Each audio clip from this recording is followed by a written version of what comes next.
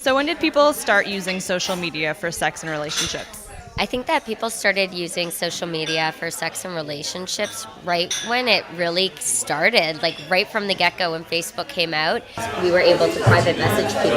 I'm talking about way before Facebook chat even existed, when you just had to private message someone. People were using it as an opportunity to pursue a potential partner. So how do you think social media affects relationships that people are currently in? I think that social media just provides such an extremely amazing opportunity to connect with someone that you wouldn't normally connect with.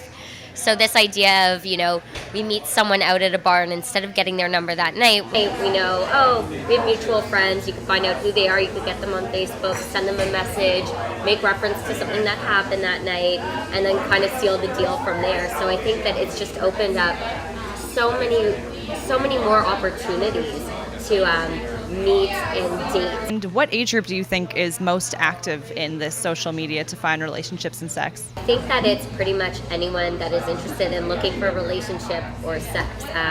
When it comes to social media, especially Facebook, people are using it almost as if it were a dating website, but for free. So what should people do to protect themselves on social media outlets?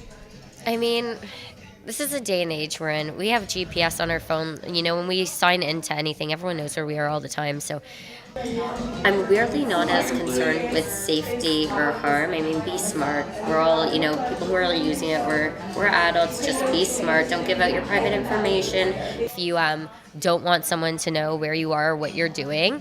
But at the same time, you could be safe for yourself if you're messaging more than one person to sort of, be aware. I said one of the cautions is be aware that anything can be shared. So if you're talking to multiple people online, just be aware of that and tread lightly.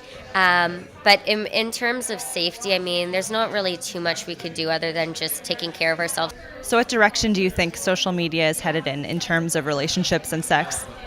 I think that in regards to relationships and sex, with social media, it's just going to keep on growing. Right now, the biggest thing these days, and something that I get interviewed a lot about these days, is Tinder, which is a dating app, and you can only get Tinder through your Facebook. So it's a dating app through Facebook, and tons of people are using it, and essentially what it is it finds out who's close to you on your GPS on your phone, and it will show you pictures of whatever sex you're attracted to, and you can look through them and say yes or no. Yes if you think they're hot, no if you don't, and you keep going, and it's sort of kind of like a hookup thing.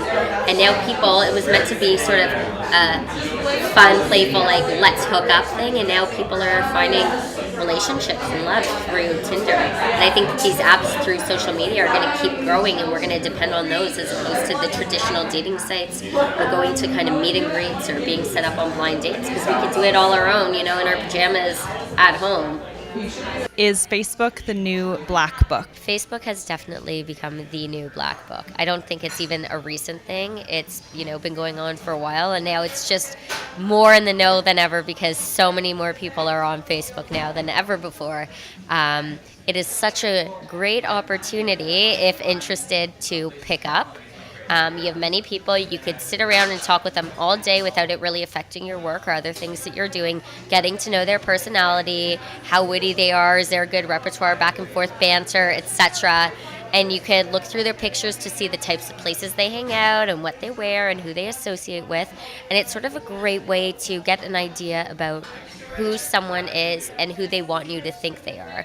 Because half of it is who they actually are and half is how they choose to present themselves. So if they are presenting themselves as someone who, is out all the time, for example, in all these out and about pictures, that's part of their personality too.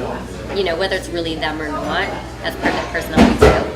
But Facebook is definitely the new black book. You could poke people still. You could hit up anyone you want. You could sort of, I know people glazed up and down on their lists or up and down on Facebook chat, who's online, who could I message? And if someone's available and they start messaging, who knows what could happen.